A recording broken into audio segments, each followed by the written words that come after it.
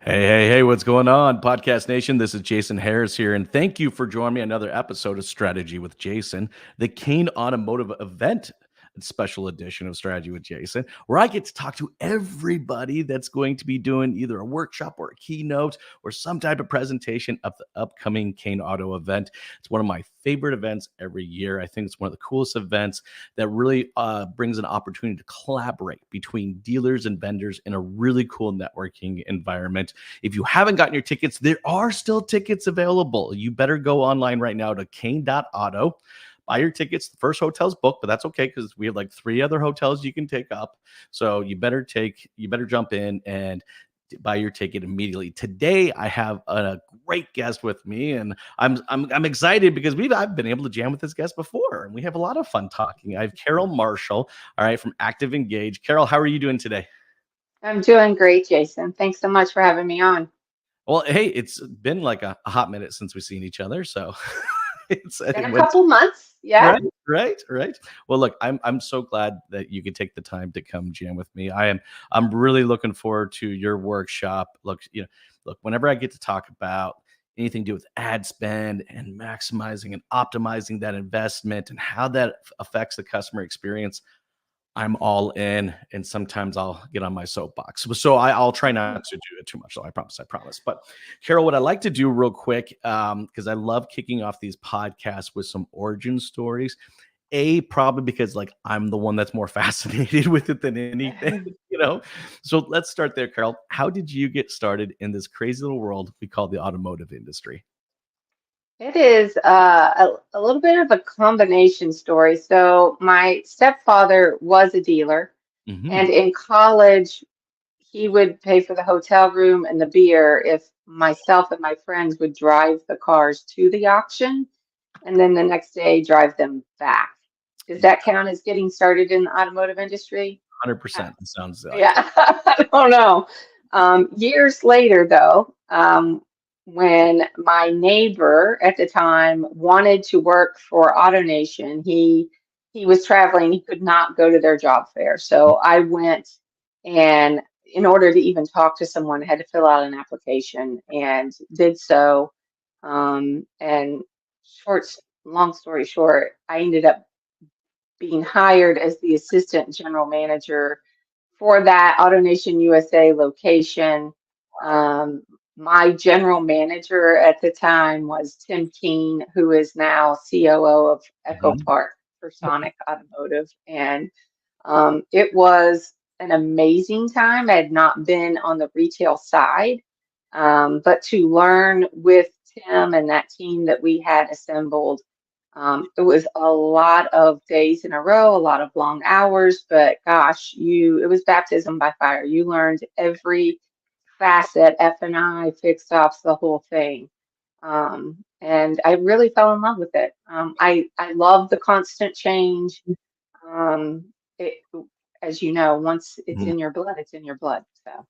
No, you're so right. I mean, once it's in your blood, it's in your blood. And um, I really, I would love to have that job of taking vehicles to the auction. I can imagine young and like, okay, I get a Yeah, room, I get some beer, I get to take cars yeah, around. Like that is an amazing way. Like I got yeah. started with this like washing cars in like New Mexico heat, like 120 degrees. I'm like, that sounds like a better way to get into the business. I should have thought of that. Yeah. Well, it was a stepfather, not a father, so I guess I got the better job, right? Yeah, there you go. There you go. Right? Yeah. Well, look, I'm really looking forward to the Kane Automotive event, and I'm sure you are too. The workshops are so great. The people that come are so great. It's just such a collaborative space, and I look forward to it every single year. You have a very cool workshop that's coming up. A bridge to nowhere. Really kind of mapping out everything from digital ad spend and maximizing your investment in that, and of course optimizing the customer experience. So I know there's all kinds of different angles and perspectives that you could take on those topics. So Mhm. here's what I'd like to do is what would be maybe like 2 or 3 takeaways that you really hope dealers can take away from your workshop and bring back to their operations or their marketing strategies at the dealership? Yeah, I really do love the Kane event also because it feels familial. You know, it feels like a family, both on a vendor to vendor side as well as with the dealers that attend. And so I approached the presentation in a way of, let me help educate. And what I'm hoping that those that need to can take back is a different way to explain the mindset of today's consumer. And so that practices and processes can be adapted to really meet those needs. And specifically, we're talking about millennials, Gen Z, those digital natives that grew up in school researching online and finding their information, but also being inundated with tons of data and different information. So they are definitely open to influence, but you've got to have a team prepared to do that. And so, what is the role of your website and what should be there available to them? And then the second part of that is who should you have at the store ready and in what way should they approach these consumers? So, most importantly, though, we all look so hard at what our in-store process is and our digital spend, our marketing spend, and where am I going to get my best return, that we often forget step one. So you're very smart. Dealers are very smart in trying different channels to drive traffic to their site. But once people land on your site, what happens? And Yes. I go through some examples of places, that when they're empty, it's a positive thing. If you go to the gym and then there's no one in the gym, that's an awesome experience. You can go straight to whatever equipment you want. You don't have to feel rushed. You're not waiting on other people. Like, that's a great experience. But, the pressure of going into a restaurant and seeing the sign, please seat yourself. And now you got to guess, is the emptier section empty because there's no server assigned, or is the section with people you're not going to get served because that server's too busy? Like, it's a lot of pressure when no one's there to help guide you and put you in the right place to get what you came for, right? And so, same thing, we're driving people to our websites. Who's there to meet that online shopper and give them a little direction and help them discover their undiscovered needs, the things they haven't thought about yet, which then allows your team to be an expert because they know exactly what that shopper is looking for. Whether F&I is more important to them or their trade, you'll know who should respond in what way when you have the right handoff from your website. So, Well, and you know what? I love this topic, and I really do. And it's one of my favorite. We've had a chance to even talk a little bit about this before, some as well. And I think dealers out there really have to kind of rethink. What is the purpose? Kind of mhm. my website. I mean, look, I remember when my dealership got its first dealer.com website. It was Yeah, 2000, I think it was 2000, maybe it was late yeah, 2000, early 2001. It was late, but I remember that. And at that time, it was just a kind of a digital brochure. That's what we used it for. In yes, fact, the yes, biggest usage of the website was when we emailed people, we had a link to include with it, which just gave them right. more information. And to your point, Carol, I mean, like that fundamentally for a lot of people, hasn't really changed. Their approach is Yeah, still that it is either a digital brochure or the worst thing, it is just a lead generation with flashing lights and yes, click me, click here, click this, yeah, objective. yeah. So I love to kind of get your thoughts like, you know, what should be our goal with our website, and what should be that initial goal, when someone hits our website? Education. It should Hmm. be providing them the information that they're looking for. And so the majority of people come into the website knowing exactly the type of vehicle they want, um, if not the actual vehicle that they're looking for. And so now they're going to start thinking down trade, finance, timing, what do I need to bring in? And so we can provide as much of that information as possible on the website, but again, have a professional ready to guide them, let them know there's more information to be revealed, that it's not all on the website. We can put someone in touch to help them even learn more. Your website cannot be an electronic billboard. Right. It needs to be your first salesperson, your greeter, your receptionist, right? The 100%. idea is you don't have a phone line so people can leave a message. You have someone answering your phone. You should have someone there to answer your shoppers on your website as well. No, no, you're absolutely right. I mean, it is the first impression of Mhm. my business that they're going to get, and from that impression, is they're gonna be able to make up their mind real quick, of like, what kind of a business am I? Yeah. Do I have like 23 different call to actions, and I'm trying to gatekeep content, so that I get your first name, last name, email address, phone number, blood type, shoe size, and firstborns, just so you can get into a conversation with me, Right. or or Right. or or am I gonna be like an open door? And it's like you were saying, like, "Hello, welcome," just Yeah. that, right? Yeah. What's most important to you? Do you have a trade-in? How soon are you looking to buy? Also, if that one vehicle they had in mind, it doesn't appear available on the site, introduce some options. I mean, it's great that inventory is back, but it's not back in every trim and every color that the consumer may be looking for. And so, it's also helpful to have expanded the shopper's mind a little bit about other options they might look at rather than just seeing, oh, they don't have it, moving on, you know? Exactly. I did wanna go, because I love the term you use, and I remember last time we talked, you used this term too, and I think it's one of the funnest ones out there, and I Yeah. forgot about it until you brought it up. Digital Mhm. native. Yes. Like, I love that term, but I Yeah. think maybe a lot of people listening and watching right now, they don't know kinda who we're talking about, but that is the audience. That's who we're trying to connect with. Kinda in Yeah. your words, how do you describe a digital native?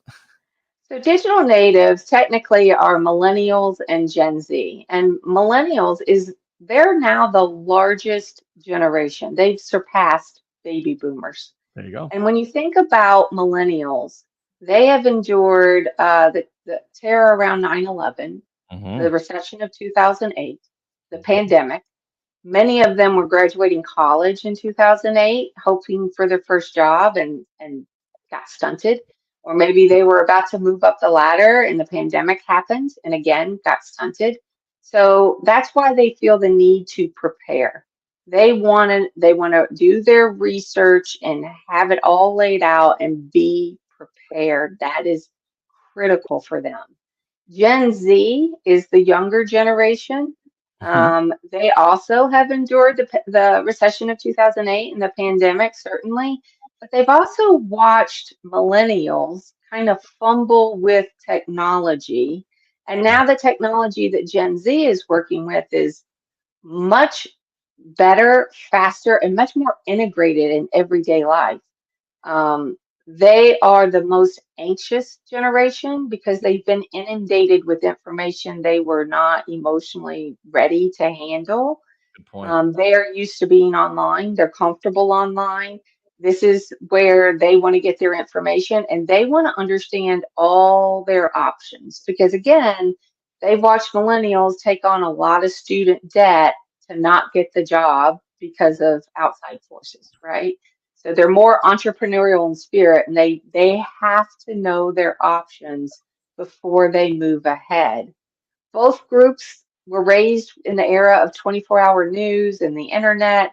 So both groups are very able to be influenced, but they want those experts there to help define terms and what different things mean, how it applies to them, and what they're trying to accomplish. So digital natives think and move differently. They What do. also is common with them is they will pay more for the experience. Yes. They will pay more for the experience that they're looking for. Mm. Back in 2000, you referenced the first dealership websites. It was a big struggle. Do we put prices on the site? Because we know the competitor down the street is going to they're going to see our prices, right?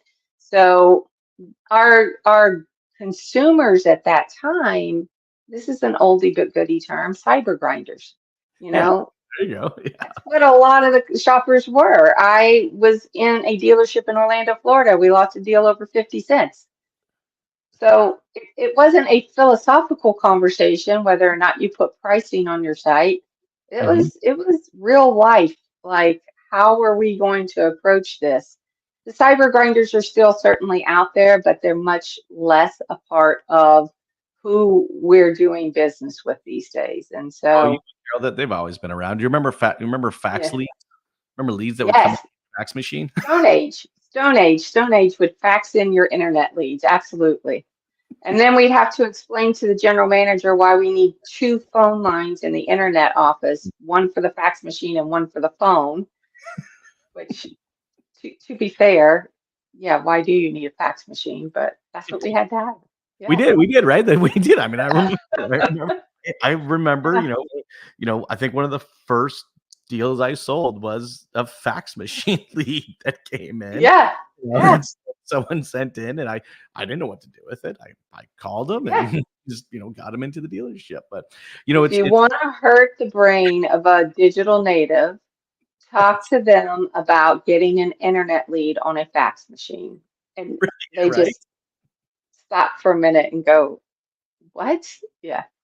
Well, I know, and I love this digital native because I think it's something we actually have to take some time to think about, especially when we're going to spend, money in marketing and when we're looking at kind of optimizing that customer experience. I mean, you have two different types of digital natives. You have one that kind of came up into technology and then one that started with technology. I mean, you have Correct. millennials that didn't have cell phones. They remember a time where cell phones didn't exist and phones were connected Right. to a wall and you had a Right. cord that was 40 feet long and you dragged it into your bedroom and you told Yeah. your friends.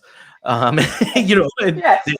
they remember going out and playing until the streetlights came on and then you came back inside because there was no other form of Right. communication, right? And then, you had Gen Zs that just grew up with technology and connecting Right. with friends everywhere through, multi-person gaming and stuff like this. So but you're right. It is something that we need to consider. And, I think there's so much time. I'm really looking forward to this workshop, Carol. I know it's going to be a lot of fun. I know we're towards the tail end of our time. And, if you're out there watching and listening to this, if you haven't gotten a ticket to the Kane event, you got to make sure you get a ticket to the Kane event. If anything, just to come listen to Carol, right? There are so many great speakers. Like, I love the speakers that David lines up at these Amazing events. lineup. They're really good. It is. So, hey, Carol, before I let you go, though, for everybody that is watching and listening right now who maybe like to connect with you and learn a little bit more about Active Engage, what's the best way to connect? My email is carol@activeengage.com. I'm on LinkedIn as well. Always happy to discuss further these topics. I have four digital natives of my own, so I've not just studied them from afar, but up close. Hmm. And yeah, activeengage.com or carol@activeengage.com for Awesome. sure. Thank you, Carol, so much for taking the time to jam with me. I look forward to seeing you here this next week. Bye. All right. Thanks, Jason.